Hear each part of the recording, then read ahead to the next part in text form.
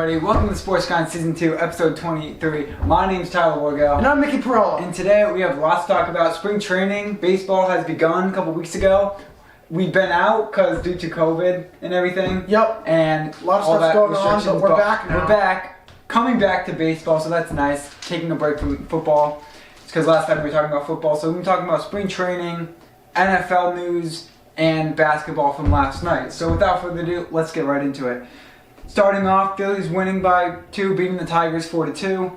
Red Sox are also hot, winning 14-6, facing the Twins. Hernandez is doing his job with the new ball team as he got 2 RBIs and a home run. So Hernandez, as we saw him, he came from the Dodgers to the Red Sox. That was a nice trade right there. Yeah, Kike Hernandez is a nice little piece that the Red Sox added. I really like how the Red Sox did their offseason. They weren't a really good team last year, but they did add a lot of versatile pieces to their lineup. The season's going to be interesting after all the trading that we've seen. So. It definitely. I mean, Kike Hernandez left from the Dodgers and joined the Red Sox. Marwin Gonzalez went from the Twins and joined the Red Sox. So they got a lot of nice versatile pieces in their lineup. And they also added a couple pitchers, re-signing Martin Perez and getting Garrett Richards from the San Diego Padres. Yeah, so I really like what the Red Sox did this offseason. I do too. I think there's lots to come from the Red Sox too that we're going to be seeing.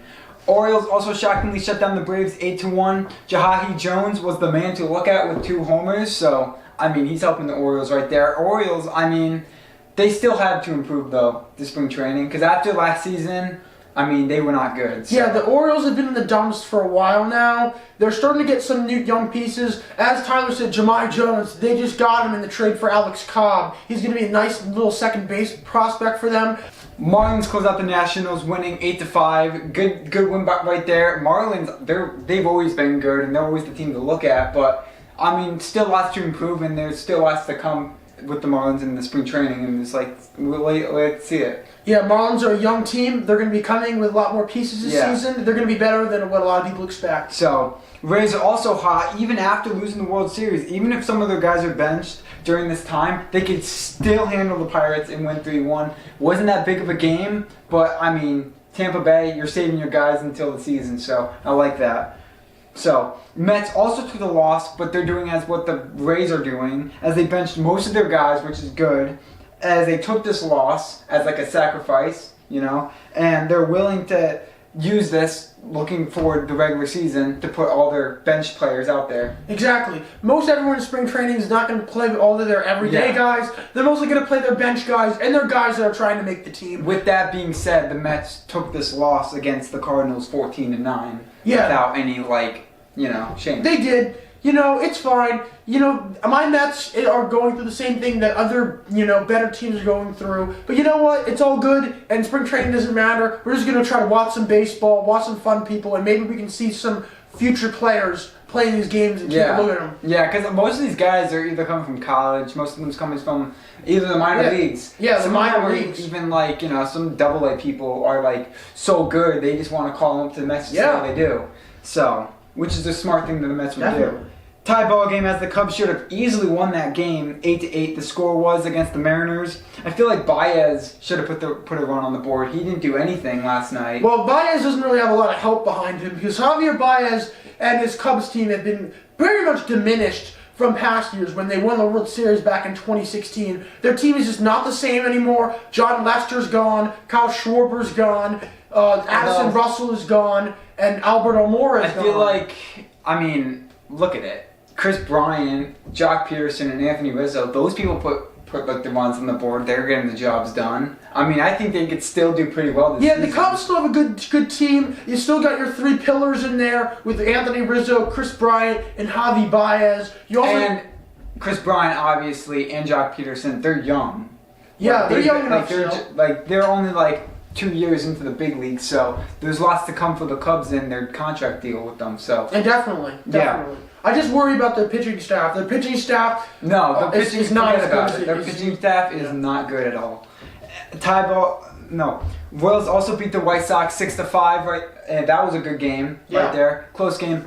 I feel like the Royals and White Sox kind of lost their touch over the years. I kind of feel like the Royals definitely did. Definitely the Royals. I mean, Yeah. the Royals, they made the World Series in 2015, and they just haven't been that team since because a lot of their core players sort of move on. Alex Gordon retired, Hosmer went to the Padres, Moustakas went to the Reds, and now Lorenzo Cain's on the Brewers. So really, they're kind of the only guy that they still have is Salvador Perez. I think they were just on a hot streak the year that they won the World Series. And then after that, it just cut off. And their pitching is not really the same. Yeah. Although, take a look at the Royals' future starters. They got a lot of young guys coming through that system that might break the big leagues in 2 years. They might be interesting. As for the Chicago White Sox, they look like a team to beat right now. They added a lot of nice pieces, adding one of the best relievers in the league in Liam Hendricks from the Oakland Athletics. I think White Sox still need to focus on their pitching, though.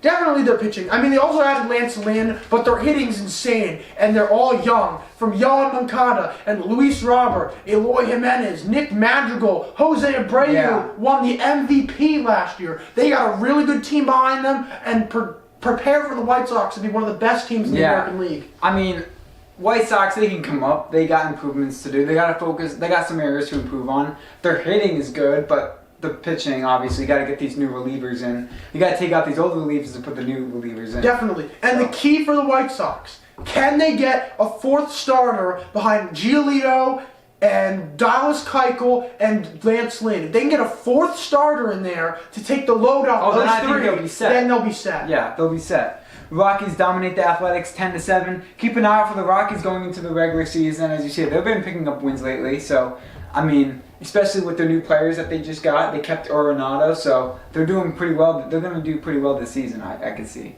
Angels are red hot with Ohtani and Fowler, and honestly, they're doing well even without Trout, because we saw Trout not doing anything that game yesterday. So, honestly, seeing Ohtani and Fowler help the Angels win 6-2, I mean, this could possibly be the Angels' year with the three teams, with the three guys. Yeah, I really like the Angels hitting. Their hitting has always been good. From Mike Trout to Justin Upton. Albert Pujols is on the last legs of his career, but he's still a decent pop bat. You also had a Dexter Fowler and... Dexter Fowler, I think that was a really good and trade. Kirk Suzuki as well. Yeah, I think Dexter Fowler kind of helped put that support on the team right there.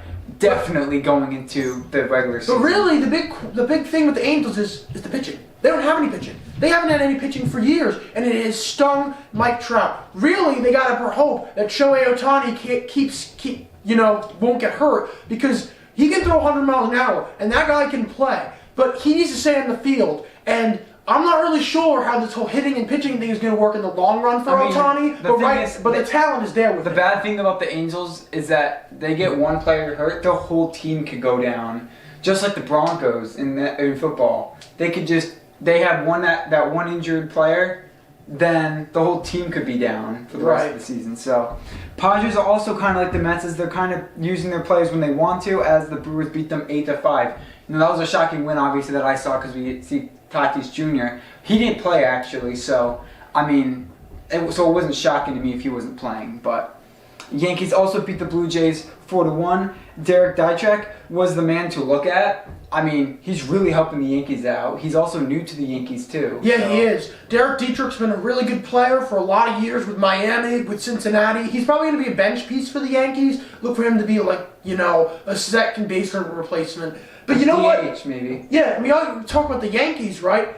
Their hitting is insane. Yeah. From Voit to LeMahieu to Torres and Urshela and Stanton and Judge and Gary Sanchez. Let's just hope and Clint Frazier. Well, it's crazy how many hitters they got. Let's just hope Stanton doesn't get hurt, or Judge, just like the last seasons. Yeah, they gotta stay healthy. Yeah, because I feel like the Yankees is always that team that always have injured players. Either with pitching, don't even get me started with pitching. Well, the pitching, they have a lot riding on their two new pitchers. They only have 3 good starters they're looking at. Right, you got Garrett Cole, you got Corey Kluber, and you got Jameson Taillon. Yeah. And they gotta really hope that Domingo Germán or Davy Garcia step up. Yeah, I mean, it's gonna take some time for the Yankees to be good with their pitching. So, tie ball game between the Reds and the Dodgers, 4-4, and I like that the Dodgers made it fair for the Reds. I mean, it's spring training, you don't want to kill the Reds, so I think that was a nice game as it was tied.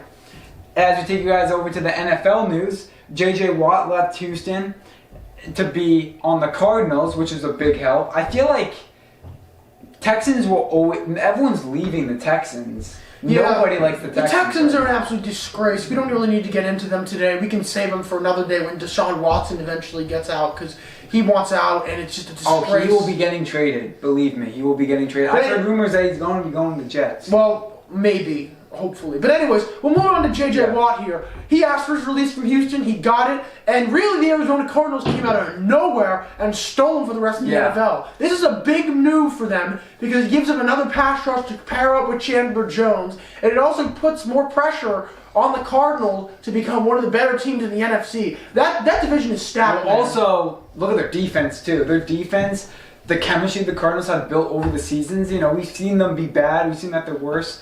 And now, all of a sudden, this could be Arizona's season. So, honestly, we're hyped to see that. NBA action took place yesterday as the Pacers beat the Cleveland Cavaliers 114-111. That was a close game. 76ers also were back to winning as Embiid carrying the team with 40 points, winning in overtime 131 to 123. It was a great performance by Joel Embiid. Embiid is carrying the 76ers. The 76ers are making it to the playoffs. It's Embiid that's doing most of the work. Right, it is. And also, keep an eye on Joel Embiid as an MVP candidate, along with James Harden of the Brooklyn. Both of those two guys have been balling. I think it's going to be Embiid. Because, I mean, I feel like Harden, he's been an MVP before. So like, Pistons also pick up a win with Rodney McGruder, dropping 20 points, 5 assists, and 3 rebounds, defeating the Toronto Raptors 129-105. Mavericks also beat the Thunder 87-78. That was a low-scoring game. We felt like the Thunder could have dropped way more points that night because it's the Thunder, but they lost their players. We've seen the Thunder just die over the last couple of seasons. Yep, the KD Westbrook thing is no more. They really just are starting anew. OKC is just... They're starting new. Yeah, they're starting new. They're improving. It's going to take them time. I don't think this is going to be their season, so... Harden and Irving combined is crazy together as they dropped 55 points combined, which was stunning. Beating the Rockets 132-114 in Brooklyn. I mean, the Nets, this could be their season. It is. It's going to be the season. And by the way, Kevin Durant is dealing with hamstring problem right now. He's not even playing, and they're destroying teams in the West. The Brooklyn Nets got to be the favorite in the East. Yeah, I think so too. I think they're definitely going to make it far in the playoffs, so keep an eye out for them. They could be like your next stacked team in the NBA.